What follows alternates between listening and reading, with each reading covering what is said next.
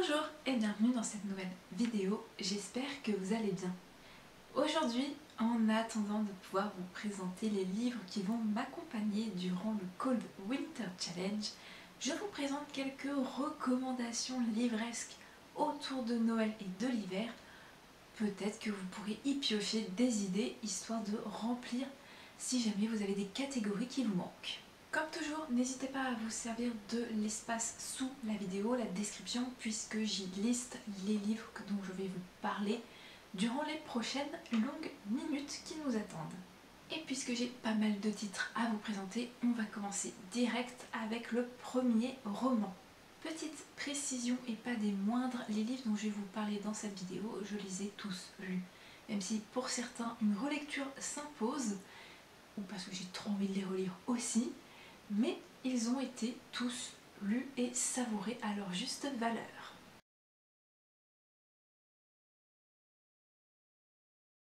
Un incontournable de l'hiver en ce qui me concerne, une série que j'aime énormément, je pense que je vous en parle très souvent, peut-être trop souvent en vidéo diront certains, mais c'est une saga que j'aime beaucoup et le troisième opus se passe au cœur de l'hiver de Yule de Noël.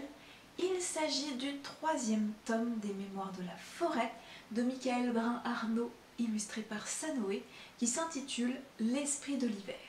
L'hiver et son manteau se sont posés sur la forêt, les jours sont froids et les nuits sont longues, mais comme chaque année à l'approche de la fête de Yule, les habitants de Belle-Écorce se réjouissent. Les boutiques regorgent de jolies choses, les gourmandises se préparent et beaucoup prennent la direction du Grand Nord.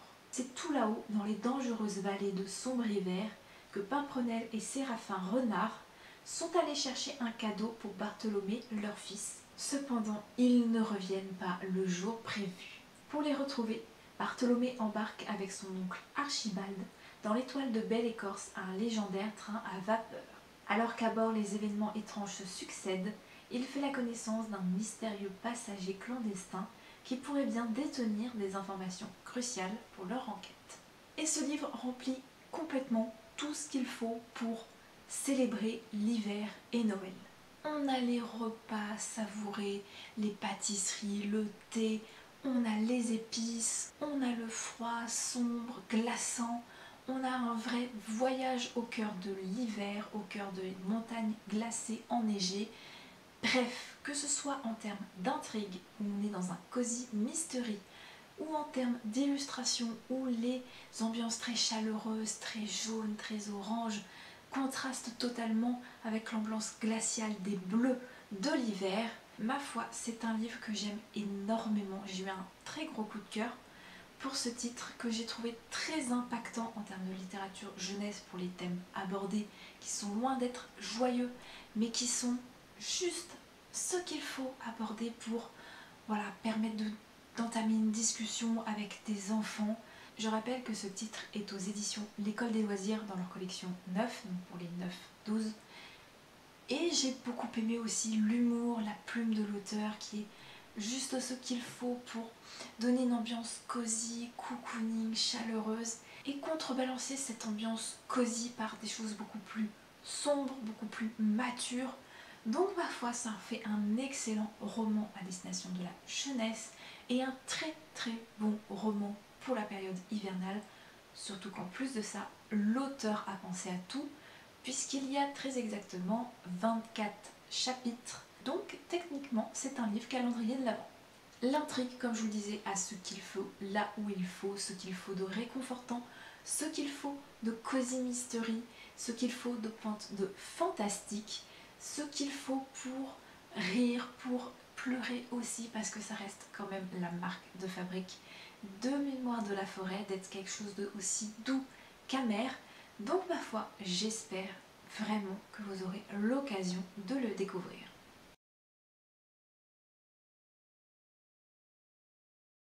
On va sortir du roman et on va aller du côté d'une lecture graphique, une saga que j'aime beaucoup, même si j'aimerais énormément la relire, vu que le second cycle et le tome 6 par la même occasion apparemment va sortir au mois de décembre, donc ma foi, si vous n'avez pas découvert cette série, c'est l'occasion ou jamais de la commencer. Je vais donc vous parler des carnets de cerises de Joris Chamblin et Aurélie Néré, et cette saga qui comprend actuellement 5 tomes est aux éditions Soleil. Et pour la petite précision, on est ici avec le tome 3 qui s'intitule Le dernier des 5 trésors. Il était une fois, quand j'étais petite, je me suis fait la promesse que si un jour j'avais un journal intime, il commencerait comme ça. Il était une fois, bah moi, Cerise. J'ai 10 ans et demi et mon rêve c'est de devenir romancière. Mon truc à moi pour raconter des histoires, c'est d'observer les gens, imaginer leur vie, leurs secrets. On a tous un secret enfoui que l'on ne dit pas, qui fait de nous ce que nous sommes. En ce moment, avec les copines, on observe quelqu'un de vraiment mystérieux. Vous l'aurez compris à la couverture, on est en plein cœur de l'hiver. Et ce qu'il y a de bien avec ce tome, c'est qu'on suit une relieuse. C'est le propre des carnets de cerises, c'est de parler du monde du livre, de l'écriture, de l'illustration, la reliure. Il y a également beaucoup tout ce qui va toucher l'artisanat, mais on reste dans le monde de la littérature, des carnets, des livres, des journaux intimes, des cartes postales, des lettres, bref, on reste dans cet ADN de l'écriture et de l'illustration, puisqu'il y a aussi des pages illustrées du carnet de cerises. Et à travers ce monde livresque, l'auteur et l'illustratrice vont nous conter toute une histoire très intime qui touche beaucoup aux émotions aussi, de très cosy aussi, quelque chose de réconfortant, de douillet, de riche en émotions, quelque chose qui est très intéressant à lire, qui est pétillant, qui est malicieux, qui est drôle et qui en même temps est émouvant. Vraiment bien exploiter les relations entre chaque personnage. Et à travers cette intrigue qui relie Cerise à cette relieuse, on sent se dessiner un petit peu l'histoire personnelle très intime de Cerise et de sa mère. Je n'en dirai pas plus parce que je pense que c'est un de mes tomes préférés et que je préférais vous laisser la surprise de découvrir l'intrigue dans ses moindres détails. Mais vraiment, c'est une excellente bande dessinée jeunesse et qui va même au-delà de la jeunesse tellement c'est bien fichu, très bien écrit, magnifiquement illustré. Enfin voilà, il y a plein d'émotions. Comme les mémoires de la forêt finalement, on est traversé par plein d'émotions différentes et en plus de ça de très belles intrigues humaines, de relations humaines. Donc ma foi, si vous avez l'occasion de découvrir les carnets de cerises et ce tome-ci en particulier, n'hésitez vraiment pas.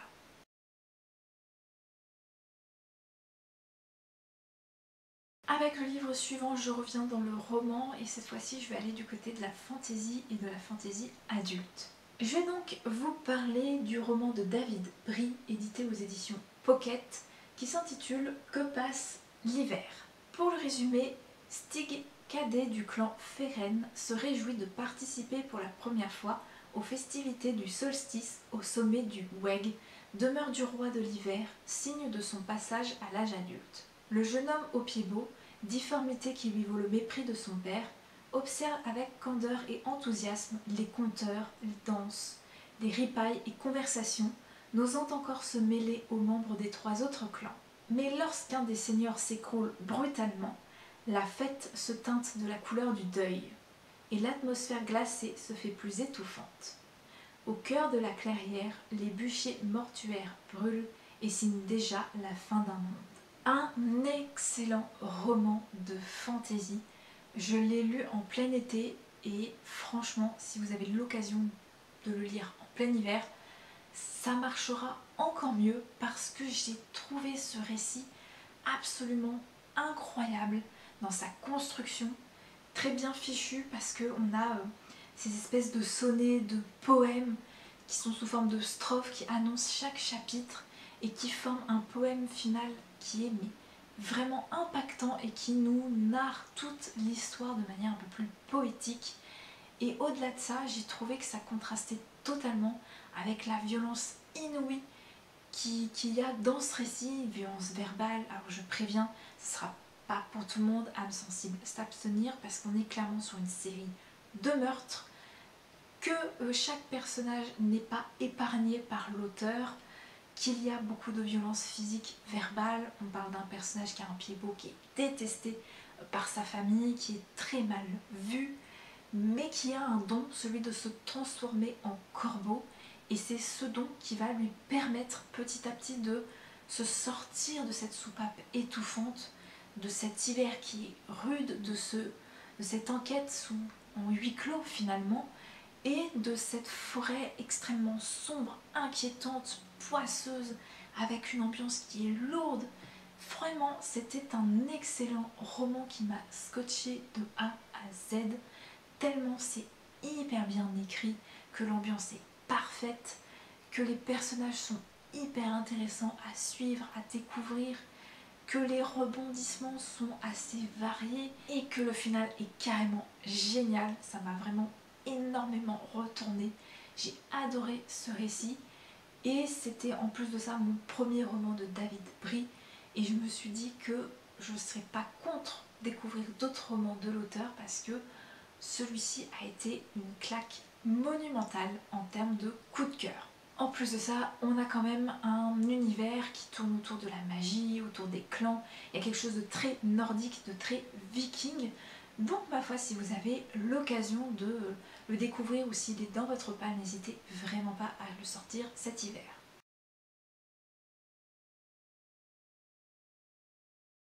Et comme la vie est bien faite, je garde le mot passe et le mot hiver, puisqu'on va se tourner vers une saga que j'aime énormément, qui m'a fait beaucoup de bien dans les années 2010, avec une héroïne qui est parmi mes héroïnes préférées de littérature. Je vais parler de la passe miroir avec le tome 1, Les fiancés de l'hiver, de Christelle Dabos, paru aux éditions Gallimard Jeunesse. Sous son écharpe élimée et ses lunettes de myope, Ophélie cache des dons singuliers. Elle peut lire le passé des objets et traverser les miroirs. Elle vit paisiblement sur l'arche d'Anima quand on la fiance à Thorn du puissant clan des dragons. La jeune fille doit quitter sa famille et le suivre à la Citaciel, capitale flottante du pôle. À quelle fin a-t-elle été choisie? Pourquoi doit-elle dissimuler sa véritable identité? Sans le savoir, Ophélie devient le jouet d'un complot mortel. Je pourrais passer des heures à parler de la passe miroir, tellement j'ai de choses à dire, tellement on pourrait l'analyser mot après mot, virgule après virgule. Et 4 tomes avec en plus de ça quand même de beaux petits pavés, ça ferait une énorme vidéo. Donc je vais vous épargner cette très longue digression pour me concentrer sur l'essentiel, à savoir que cette saga est absolument géniale et que son premier tome est absolument parfait pour l'hiver. Et c'est peut-être un petit peu trop simple, me direz-vous, mais je n'ai pas d'autres mots à poser sur ce qui a été un énorme coup de cœur. L'ambiance très hivernale du pôle qui contraste avec ce qui se passe à l'intérieur, qui est une véritable fourmilière. En plus de ça, ces affaires de clans, de secrets de famille, les pouvoirs d'Ophélie, le personnage même de Thorn qui est assez intéressant à suivre et dont l'évolution est absolument géniale à suivre aussi. Bref, il y a une myriade d'éléments qui font que j'ai adoré ce récit. La plume qui est lente, contemplative, qui permet vraiment de s'immerger dans cet univers qui est fouillé, précis, minutieux. Petit conseil, attardez-vous vraiment sur tous les petits détails, tout ce qui est de l'ordre du presque de l'implicite, parce qu'il y a énormément d'éléments qui prennent de l'importance et de l'ampleur au fil du temps, voire même qui ont une importance capitale pour comprendre, appréhender le dernier tome. Donc j'avoue que je suis absolument épatée, fascinée par le travail de l'autrice, dont la plume est géniale. J'adore le duo Ophélie-Thorn qui est un bonheur à suivre, à comprendre dans leur psychologie, dans leur façon d'aborder les choses. J'adore Ophélie, c'est vraiment une héroïne qui m'a impactée. J'ai beaucoup aimé les divers rebondissements, l'univers présenté par l'autrice, bref.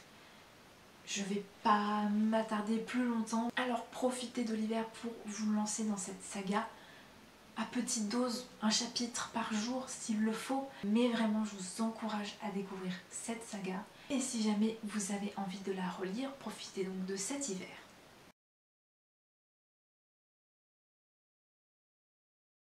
Pour le livre suivant, on est toujours dans le roman, mais cette fois je ne l'ai pas en ma possession, à regret. Mes victimes de son succès, que ce soit en grand format ou en livre de poche, impossible de mettre la patoune dessus. Je l'ai emprunté à la médiathèque et ça a été un gros coup de cœur parce que c'est vraiment une excellente histoire pour vous accompagner ne serait-ce que le jour de Noël ou même la veille de Noël, profitez donc, puisque je vais vous parler de la véritable histoire de Noël de Marco Leno aux éditions Michel Lafon. Au cœur de la Laponie, pays des neiges éternelles, le jeune orphelin Nicolas est recueilli par les habitants de son village. Mais ils sont tous trop pauvres pour pouvoir l'adopter. Le Conseil des Anciens prend alors une décision inédite. Chaque année, le garçon sera pris en charge par une famille différente et il en changera le jour de Noël. Avec une étincelle d'espoir et de joie de vivre, Nicolas décide de se consacrer à sa passion, fabriquer des jouets. Le garçon va ainsi raviver l'émerveillement au cœur de cette région glacée et pourrait bien être à l'origine d'une des plus belles légendes. Un gros coup de cœur parce que j'ai trouvé ce roman absolument génial dans sa manière de suivre le personnage principal de son enfance à l'âge adulte, et à travers cette vie qu'on va suivre, on y voit tous les éléments qui constituent Noël. Toutes ces traditions liées à Noël sont très bien expliquées et elles sont très bien intégrées dans le récit global, celui de la vie du jeune Nicolas, qu'on va suivre enfant jusqu'à un âge avancé. Et j'ai beaucoup aimé cette histoire de transmission, cette histoire d'altruisme, de générosité, d'entraide au sein du village, toute cette ferveur autour de Noël, autour des jouets que Nicolas produit. Donc c'était chaleureux, cosy, c'était mignonné, ça donne le sourire du début à la fin, et pour autant, c'est pas un roman qui est facile à lire, c'est quand même un roman adolescent, je préviens, parce qu'il y a quand même beaucoup d'événements qui sont tristes, il y a beaucoup de thématiques qui sont sombres, il y a quand même quelque chose de l'ordre du pesant, quelque chose qui est assez mature et qui fait que ce contraste entre la chaleur, entre le cosy de ces hivers joyeux, réconfortants, apaisants, vient se heurter à quelque chose de beaucoup plus violent, sombre, la nature beaucoup plus sauvage aussi. Donc j'ai bien aimé le contraste, j'ai beaucoup aimé l'ambiance, j'ai bien aimé cette plume aussi qui est simple, efficace, mais qui est très touchante, très poétique aussi. Le roman fait moins de 300 pages, mais vraiment c'est un régal à lire. Je l'ai lu en à peine 2 sessions de lecture, je crois entre le 22 et le 24 décembre, tellement c'était parfait pour cette période. Donc vraiment, si vous avez l'occasion, ou alors miracle, vous le trouvez neuf, ou alors peut-être qu'un jour on aura une édition peut-être hardback, collector, ou peut-être à nouveau un poche qui sortira. Mais j'espère vraiment que cette histoire pourra revenir sur le devant de la scène. Donc si vous avez l'occasion de pouvoir le découvrir, je ne peux que vous y encourager à 4000%.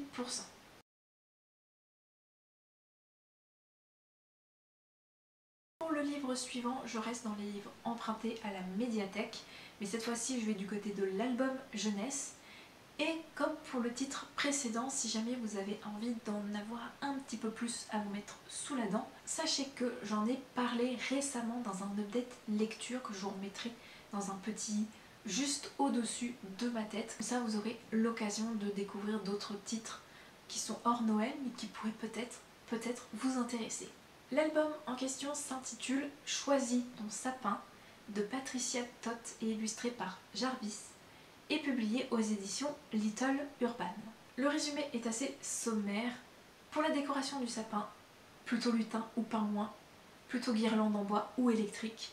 En gros, cet album jeunesse ne nous narre pas une histoire avec un début, un milieu et une fin, mais on est plutôt sur un album centré autour du sapin et du choix du sapin jusqu'à comment le décorer et le faire vivre jusqu'au 25 décembre.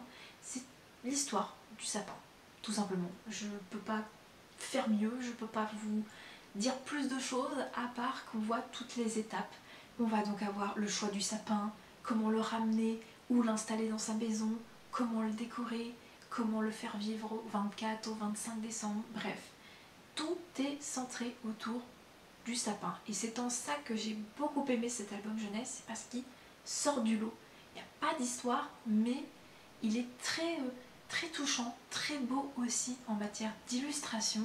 J'ai beaucoup aimé les ambiances colorées dans ces doubles pages. J'ai adoré aussi la douceur du texte que j'ai trouvé très joliment écrit, délicat, poétique, quelque chose d'un petit peu tendre et malicieux. Donc je sais pas, il y avait quelque chose qui m'a complètement déroutée dans cet album jeunesse, qui m'a beaucoup plu et qui fait qu'aujourd'hui je vous en parle parce que c'est vraiment un très très très chouette album jeunesse et que je trouve qu'il mériterait d'avoir un petit peu plus de visibilité tellement je le trouve très cool.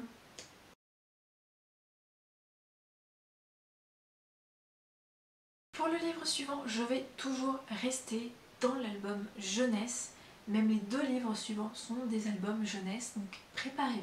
Je vous présente aux éditions Kiman La petite collectionneuse de lumière de Lucie Fleming. La nuit, si tu regardes très attentivement le ciel étoilé, tu pourras peut-être apercevoir une toute petite étincelle du coin de l'œil. C'est Stella, la petite collectionneuse de lumière.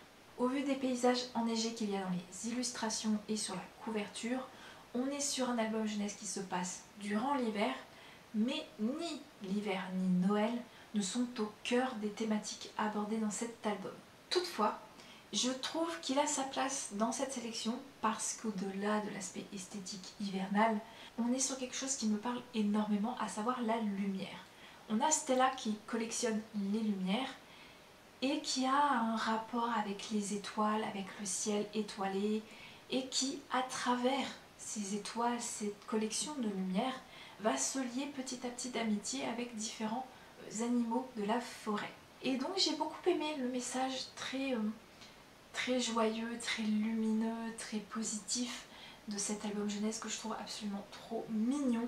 J'aime énormément cette petite chouette trop mignonnette.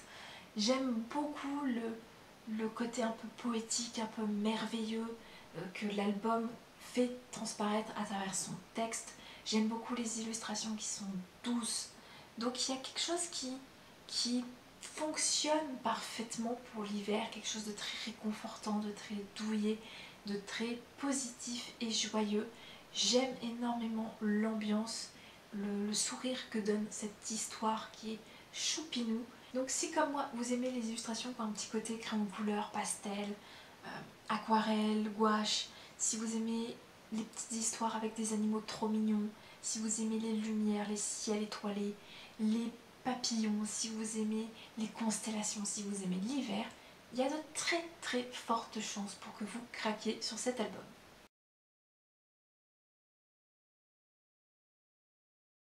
Et comme je vous l'ai dit juste avant, j'avais deux albums à vous présenter. Voici le deuxième, Paddington et le Noël surprise de Michael Bond, illustré par RWLA. Et ces albums sont édités chez Michel Lafon. Noël approche et Paddington va bientôt réaliser son rêve, rencontrer le Père Noël. Quelle n'est pas sa déception quand, avec la famille Brown, il se rend au grand magasin. Le jardin d'hiver du Père Noël n'est pas aussi joli que la jardinière de Madame Bird, et le seul renne présent est en plastique. Dépité, le petit ours décide de prendre les choses en pâte. Mais comme toujours, quand Paddington s'en mêle, les catastrophes s'enchaînent. J'adore Paddington, c'est vraiment un personnage que je trouve absolument touchant, mignon, adorable, drôle. De plus, j'adore Noël, j'adore l'hiver, donc quand les deux sont réunis dans un même objet, forcément je suis obligée de craquer et j'ai adoré cet album jeunesse que j'ai trouvé absolument drôle, touchant, mignon. J'adore la maladresse de Paddington qui est absolument adorable à regarder. En plus de ça, le texte est très drôle, on va pas se cacher que Paddington et ses maladresses, c'est tout un univers assez rocambolesque et ça donne beaucoup de rebondissements, de péripéties et de petites choses absolument truculentes à se mettre sous la dent. Et pour finir, les illustrations sont magnifiques. J'adore le coup de crayon qui est très expressif, j'adore les couleurs utilisées, ça respire Noël du début à la fin. Et j'ai passé un excellent moment avec cet album jeunesse que j'aime beaucoup relire Noël après Noël. Donc si jamais vous vouliez l'occasion ou jamais de découvrir Paddington, profitez qu'il y ait ce très bel album sur Noël, histoire de commencer la saga et de tomber dedans. Parce que forcément vous allez tomber dedans.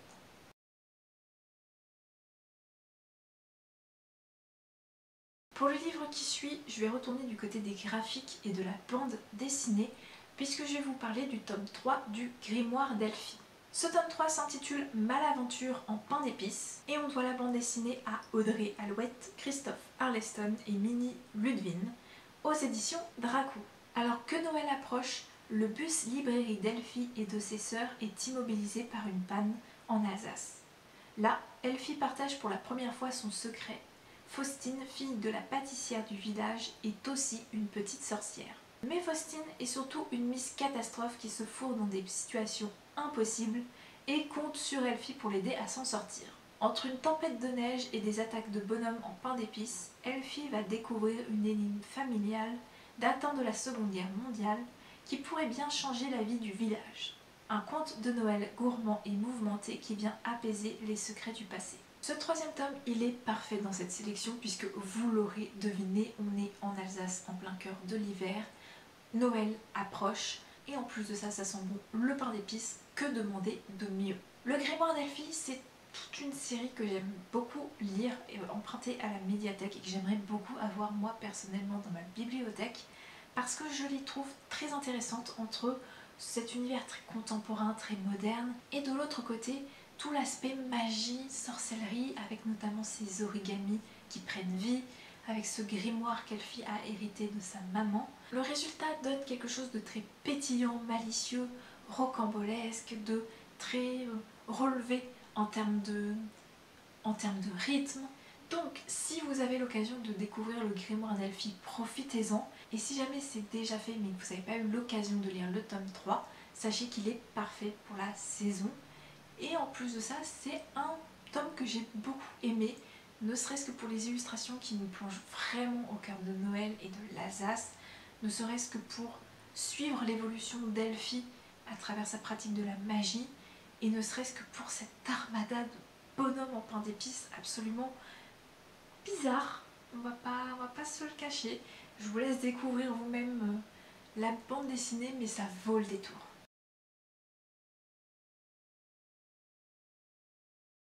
Cette fois-ci, on va aller du côté des livres numériques, puisque c'était un roman que j'ai découvert quand j'ai pris une offre d'essai à Next Story grâce à Margot Liseuse. Et j'en ai profité pour lire des romans, ou plutôt des genres que j'avais pas l'habitude de lire en temps normal ou d'emprunter, puisque j'ai testé bon nombre de romances, différents genres de romances qui plus est, et l'une de ces romances s'intitule Les ours mal léchés s'apprivoisent à Noël.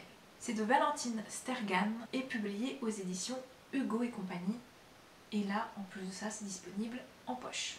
Malgré un quotidien bien huilé, Irène a l'impression de passer à côté de son destin. Alors quand elle apprend que la vieille amie de sa grand-mère lui lègue sa maison en Angleterre, elle n'hésite pas et saute seule dans le premier avion direction Charleston. À l'aube des fêtes de fin d'année, elle démarre une nouvelle vie avec de nouveaux voisins. Un septuagénaire loufoque, une pétillante serveuse, mais surtout Rudolph, solitaire et bourru, veuf depuis 2 ans. Et si l'étincelante Irène réussissait à le faire sourire à nouveau, et si c'était ça la magie de Noël, et s'il suffisait de quelques flocons de neige pour réparer les cœurs. En dépit de quelques couacs dont je ne parlerai pas là, parce que j'en ai longuement parlé dans une de mes chroniques sur le blog, pour cette vidéo, je vais m'en tenir aux éléments qui m'ont vraiment beaucoup plu dans cette romance. L'ambiance, par exemple, que j'ai trouvé très chouette. J'ai bien aimé les relations humaines entre les différents personnages. J'ai bien aimé l'ambiance qui est assez pétillante et qui est contrebalancée par ce personnage qui est un peu plus bourru et un peu moins sympathique, mais qui reste néanmoins attachant. En plus de ça, j'ai beaucoup aimé l'évolution des 2 personnages principaux et leur relation qui évolue petit à petit. J'ai beaucoup aimé aussi son garçon qui est absolument adorable et trop attachant. Donc j'ai bien aimé les personnages, j'ai beaucoup aimé l'ambiance qui est très joviale, qui est très chaleureuse, douillette, en dépit des thèmes qui sont loin d'être faciles ou abordables, mais qui ont été très bien traités, je trouve. Donc vraiment j'ai passé un très bon moment avec cette petite lecture qui, ma foi, je l'ai commencé sans arrière-pensée, sans vraiment en attendre quoi que ce soit. Et c'était une bonne surprise. Donc si vous avez l'envie de découvrir des romances de Noël mais que vous n'avez peut-être pas envie de de franchir le cap et d'en acheter, ce que je peux comprendre, vous avez toujours la possibilité de les prendre en e-book. Profitez aussi si vous avez un abonnement à Nextory pour découvrir cette romance, puisque je sais qu'elle y est, puisque c'est comme ça que je l'ai lu, ou tout simplement si vous avez la possibilité de l'emprunter à la médiathèque. Mais c'est très très cool à lire et ouais, j'ai pas été déçue, c'était une bonne surprise.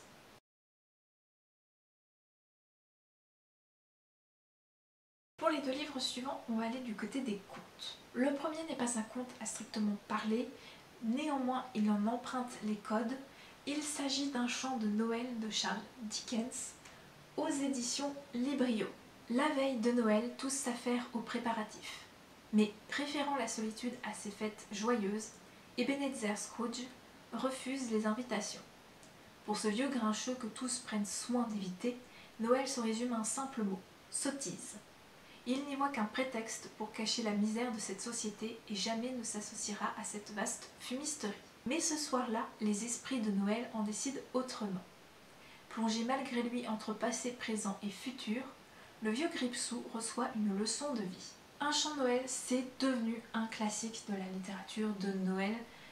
Il ne pouvait pas ne pas apparaître dans cette vidéo, vu qu'en plus de ça, j'en garde un excellent souvenir. Il faudrait que je me rafraîchisse la mémoire en le relisant, néanmoins, je sais que j'en ai gardé un bon souvenir. J'ai bien aimé la plume, j'ai adoré le personnage de Scrooge qui est aussi détestable qu'amusant à suivre aussi en termes d'évolution. J'ai beaucoup aimé l'ambiance qui est très ère victorienne, propre à l'écriture de Charles Dickens aussi, qui vient de cette époque-là. J'ai beaucoup aimé le récit en lui-même, les leçons à travers les fantômes des Noëls passés, présents et futurs. Donc j'ai trouvé l'histoire impactante, j'ai trouvé les messages et thématiques exploités très intéressantes et bien ancrées dans l'histoire. J'ai trouvé les personnages très intéressants, très attachants aussi. Donc ma foi, je n'en dirai pas plus déjà parce que ça fait un bout de temps que je l'ai lu désormais. Mais je ne peux que vous conseiller de le lire ou de le relire si jamais vous en avez l'occasion.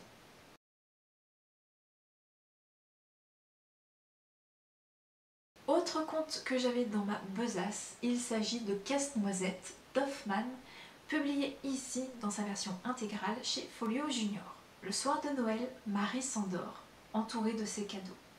Elle a couché Casse-Noisette, le pantin de bois, dans un lit de poupée. Mais lorsque l'horloge sonne le 12e coup de minuit, les jouets s'animent. Casse-Noisette se prépare à affronter le terrible roi des rats pour sauver une princesse victime d'une affreuse malédiction.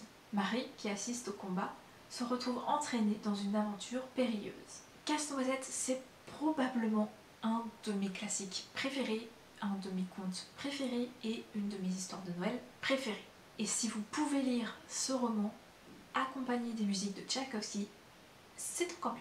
Certes, la plume va être un peu comme celle de Charles Dickens. C'est clair que si vous n'avez pas l'habitude de lire des classiques, ça risque de demander une petite gymnastique au début. Mais franchement, je trouve que l'un comme l'autre sont assez modernes, assez fluides à lire, bien écrits pour être encore lus aujourd'hui, même si effectivement la plume a bien évolué de nos jours. Mais il reste quelque chose qui je trouve n'a pas si mal vieilli que ça dans ces classiques. Donc en plus de ça, il est très court à lire. Ça reste un conte, pour le coup, un vrai conte pensé de A à Z comme tel, donc il va se lire assez rapidement. Et j'ai bien aimé cette histoire qui est très chouette forcément, puisqu'on est le soir de Noël, Marie reçoit un casse-noisette, sauf que quand elle va s'endormir, elle se rend compte que ce casse-noisette va s'animer, il va se fighter contre un roi des rats, puis après ils vont aller dans un monde qui est totalement merveilleux. D'ailleurs, il y a moult adaptations qui ont été faites sur Casse-Noisette et moult adaptations aussi livresques. Donc si vous ne lisez pas cette version, il y en a peut-être une autre qui vous intéressera forcément, notamment une version illustrée, puisque là on a vraiment que du texte. Donc je ne peux que vous recommander de le lire parce que c'est assez fantastique, merveilleux, c'est enfantin, c'est un vrai retour à l'enfance, l'ode à l'imaginaire. Voilà, c'est captivant, c'est enchanteur. Moi personnellement, c'est quelque chose que j'ai aimé lire et relire.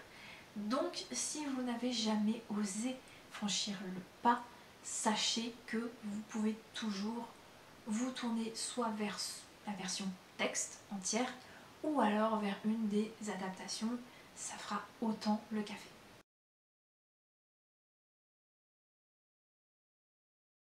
Et puisqu'on est dans l'enfance et la littérature classique, je vais donc vous parler du deuxième tome des Chroniques de Narnia, intitulé Le Lion, la sorcière blanche et l'armoire magique. C'est écrit par Clive Staple Lewis et vous pouvez trouver les versions écrites chez Folio Junior. Pendant la Seconde Guerre mondiale, les raids aériens se succèdent sur Londres. Peter, Edmund, Suzanne et Lucy ont trouvé refuge chez un vieux professeur quelque peu excentrique. Au cours d'une partie de cache-cache, Lucy pénètre dans une armoire. Elle se dissimule parmi les vêtements qui, insensiblement, deviennent les arbres d'une forêt enneigée. C'est ainsi qu'elle découvre l'extraordinaire pays de Narnia, où règne une sorcière au pouvoir maléfique. C'est un classique de la littérature jeunesse, Narnia, et ce deuxième tome se prête parfaitement à l'hiver et Noël, ne serait-ce que pour la présence de la sorcière blanche qui n'est pas sans rappeler la Reine des Neiges, et ne serait-ce que pour les merveilleux paysages enneigés qui l'accompagnent, ne serait-ce que pour la présence même du Père Noël, qui est un personnage présent dans le roman.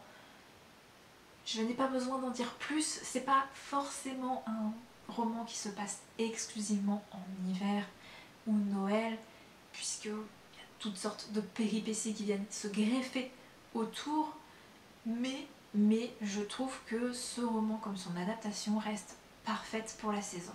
Si vous n'avez pas eu l'occasion de découvrir Narnia, peut-être que cet hiver sera le bon.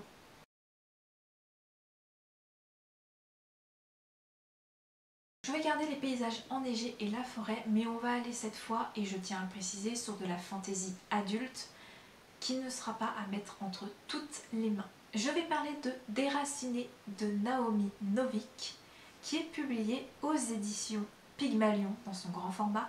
J'ai lu pour la version poche et qui existe même en audiolivre. Patiente et intrépide, Agnieszka parvient toujours à glaner dans la forêt les baies les plus recherchées. Mais chacun à Vernick sait qu'il est impossible de rivaliser avec Casia. Son ami brille d'un éclat sans pareil. Malheureusement, la perfection peut servir de monnaie d'échange dans cette vallée menacée par la corruption.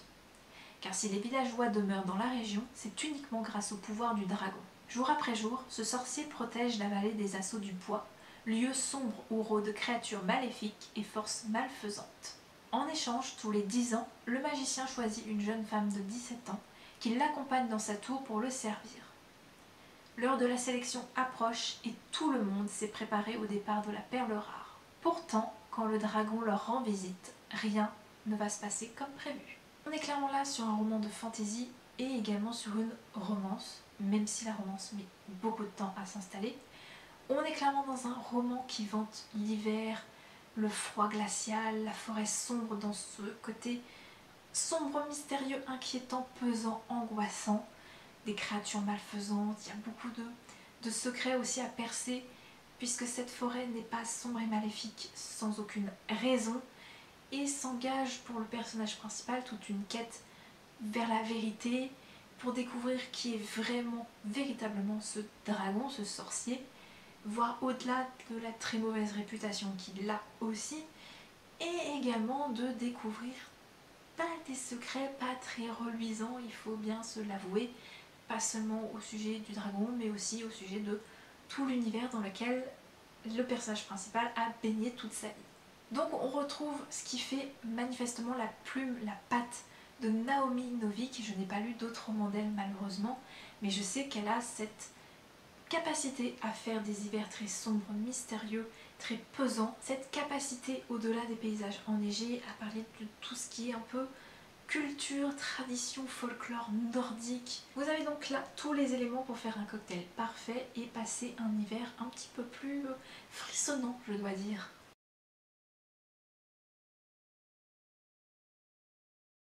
Je vais rester sur les romans à destination des adultes, mais je vais repasser du côté du contemporain avec une romance de Noël, là aussi découverte grâce à Next Story et l'offre de Margot Liseuse il y a de ça maintenant un petit peu de temps, puisque je crois bien que c'est date effectivement début 2023. Il s'agit de N'oublie pas les chocolats de Tamara Baliana aux éditions Hugo Roman. Et si jamais, il en existe aussi une version poche. Elle n'a jamais cru au Père Noël, il n'a jamais cessé de l'attendre. Davy n'aime pas Noël, chaque année elle a hâte que cette période se termine, que les personnes autour d'elle cessent de se comporter comme des elfes surexcités et redeviennent des adultes. Alors quand elle perd son emploi quelques semaines avant le réveillon, c'est sans joie aucune qu'elle postule au magasin de jouets de son village d'Alsace. Sur les conseils de Louise, sa meilleure amie et précieuse alliée au quotidien, elle apporte ses chocolats faits maison lors de son premier jour. De son côté, Gabriel adore les fêtes de fin d'année. Il fait partie de ceux qui, dès fin novembre, décorent leur maison, enfilent des pulls kitsch, boivent du vin chaud au marché de Noël et dévorent des chocolats. Son travail de directeur d'un magasin de jouets lui permet de laisser libre cours à sa créativité. Son défi cette année, transformer la nouvelle recrue et son âme de Grinch en lutin du Père Noël. On va dire que c'est un petit peu peut-être convenu en termes de romance de Noël, puisque moi je regarde énormément de téléfilms de Noël, mais j'ai trouvé la dynamique absolument géniale. J'adore ce trope du Grumpy Sunshine, je trouve que ça marche du tonnerre parce que ça donne toujours des situations très cocasses, ça donne des répliques extrêmement savoureuses à déguster. En plus de ça, j'ai beaucoup aimé cet univers de chocolat fait maison qui côtoie des jouets de Noël. En plus de ça, ça se passe en Alsace. En plus de ça, il y a Noël, l'hiver avec les beaux paysages qu'il faut. Ma foi, c'était une très très belle romance, douce, qui prend son temps à s'installer, qui permet aussi de travailler les personnages, notamment celui de Davy, puisque mine de rien, au fil du temps, on en apprend un peu plus sur elle et sur pourquoi elle n'aime pas Noël, qu'est-ce qui s'est passé dans sa famille, dans sa vie. Donc j'ai beaucoup aimé le récit. La plume est simple, fluide, efficace. On enchaîne les chapitres sans trop se poser de questions, ça fait un bien fou, c'est reposant. Donc si jamais vous avez envie de ce style de romance, n'hésitez pas à découvrir ce titre, parce que ma foi, c'était là aussi une bonne surprise.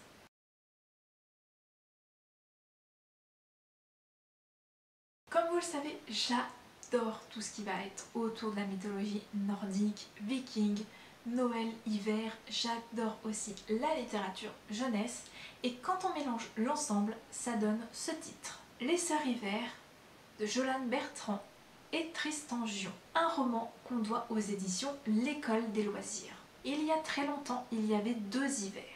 La grande, avec ses froids polaires et ses blizzards, et la petite, avec ses glissades joyeuses et ses batailles de boules de neige. Mais depuis que la petite a disparu, tout est détraqué au village de Brume. Les adultes sont inquiets, plus personne ne rit aux bonnes farces d'Alfred, et surtout, les trolls passent leur temps à voler des objets qu'ils emportent à tout jamais dans la taïga. Lorsque l'oncle d'Alfred se porte volontaire pour rapporter les objets volés et qu'il disparaît sous les yeux, avalé par la tempête, c'en est trop. Il faut partir à sa recherche, coûte que coûte, braver les dangers de la forêt boréale et affronter la grande hiver. C'est un roman qui reprend les codes du conte qui est écrit au présent. Je le précise parce que moi perso, j'ai mis un peu de temps à rentrer dans l'histoire justement à cause de cette écriture du présent auquel j'étais pas du tout habituée. Donc je tiens à dire que c'est un excellent roman jeunesse parce qu'il a tous les inconditionnels qui fait que c'est un très bon roman pour Noël. L'ambiance hivernale, la grande, la petite hiver, les trolls, tous ces paysages enneigés, le blizzard, la tempête. Bref, il y a tout ce qu'il faut pour plonger les lecteurs dans cette ambiance hiver un peu rude qui contraste avec le côté plus chaleureux du village de Brume, notamment ces petites maisons où tout le monde se réunit autour du feu pour se raconter des histoires, où vous passez les fêtes ensemble. Et en plus de ça, on a tous les inconditionnels du conte, l'aventure, les rencontres, les péripéties, mener l'enquête pour découvrir ce qui est arrivé à la petite ou à la grande hiver. Donc j'ai beaucoup aimé le personnage d'Alfred, ce qu'il traverse, ce qu'il vit. J'ai beaucoup aimé aussi les thématiques employés à travers le récit, les messages qui sont portés et dilués tout au long du livre sont super. C'est vraiment un roman qui est moderne, avec ce petit quelque chose d'intemporel dû au conte hivernal. Donc si vous avez l'envie de vous plonger dans ce type de récit cet hiver, n'hésitez pas à découvrir Les Sœurs Hiver.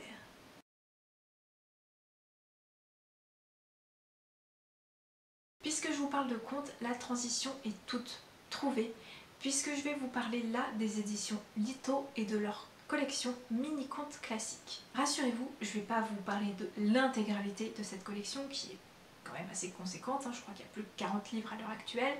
Ce sont des petits livres de moins de 15 pages qui sont faits pour les tout petits et qui font entre 1,50 €, 2,50 € je crois, puisqu'avec l'inflation je pense que ça a dû augmenter. Mais il y a dans cette collection des titres qui sont parfaits pour l'hiver, qui exploitent des thématiques hivernales, des mondes enneigés, qui reprennent des contes connus, qui utilisent Noël comme décor. Et on va commencer tout de suite. Comme ce sont des petits contes de moins d'une quinzaine de pages, et ce sont des adaptations de contes connus, je ne vais pas en faire des résumés, je vais juste essayer un petit peu de pitcher la chose. Donc ne m'en voulez pas, si vous voulez les récits, n'hésitez pas à faire un tour sur Babelio, sur Livardict ou encore sur le site des éditions Litto. Et vous allez me dire, mais qu'est-ce que c'est que ça? Il n'y a rien d'hiver et de Noël là-dedans. Mais Noël, pour moi, ça représente le petit bonhomme de pain d'épices. Et si on dit petit bonhomme de pain d'épices, il faut forcément parler du conte, le petit bonhomme de pain d'épices. Alors certes, les décors sonnent très champêtres, sonnent très printemps limite, mais ça reste un conte très chouette. Et je vous ai dit, pour moi, Noël, c'est le bonhomme de pain d'épices. Vous avez un conte qui est là dans sa version russe, mais sachez qu'il y a une variante ukrainienne. La moufle ou la mitaine, ça dépend du titre. Donc là on est sur des animaux qui découvrent une moufle en plein cœur de paysages enneigés et qui se disent, bah, vu qu'il va faire très froid, vu qu'il va y avoir peut-être une tempête, ça serait de bon ton de se cacher dedans. Et on est sur un conte d'accumulation puisque un premier animal va découvrir la moufle et s'y glisser, le second arrive et va s'y ajouter, et ainsi de suite. Sachez qu'en plus de ça, ce conte a eu chez les éditions Litto une version en hardback, donc une version vraiment en album jeunesse. Donc si vous ne trouvez pas la version souple, peut-être que vous trouverez le hardback. On va faire un petit crochet du côté de Hans Christian Andersen, qui certes ne fait pas les contes avec les fins les plus joyeuses qui soient, avec les ambiances les plus festives et réjouissantes qui soient, néanmoins il a fait pas mal de contes autour de Noël ou des paysages enneigés autour de l'hiver, dont celui-ci, La petite fille aux allumettes. Vous avez également Le sapin. Et pour terminer, le plus connu certainement, La Reine des Neiges. Dans ce conte, on suit l'histoire d'une petite fille qui vend des allumettes pour survivre et qui doit affronter l'hiver qui s'annonce. Pour le sapin, on est sur un conifère qui, lui, est persuadé que l'herbe est plus verte ailleurs et va tout faire pour être le meilleur des sapins. Et donc on va suivre le voyage de ce sapin, de sa forêt auprès de ses congénères, jusque dans la terre des hommes, notamment pour fêter Noël. Enfin, La Reine des Neiges, c'est l'histoire de deux amis, une petite fille et un petit garçon, qui vont se perdre de vue car le petit garçon va recevoir un éclat de verre ou de miroir envoyé par la Reine des Neiges et va rejoindre cette dernière, ce qui fait que la petite fille va se lancer dans un périple, toute une aventure pour sauver son ami. Et je vous présente Dame Hiver des frères Grimm, où ici on est sur une femme qui avait deux filles.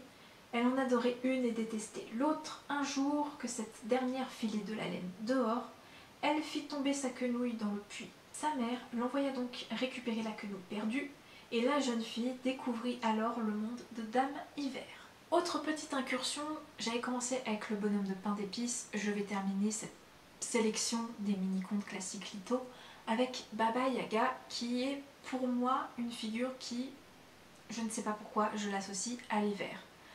Alors certes, le décor est encore une fois pas très hivernal ou Noël, mais je sais pas, la figure de Baba Yaga, c'est comme celle du petit bonhomme de pain d'épices, je les associe à l'hiver et à Noël.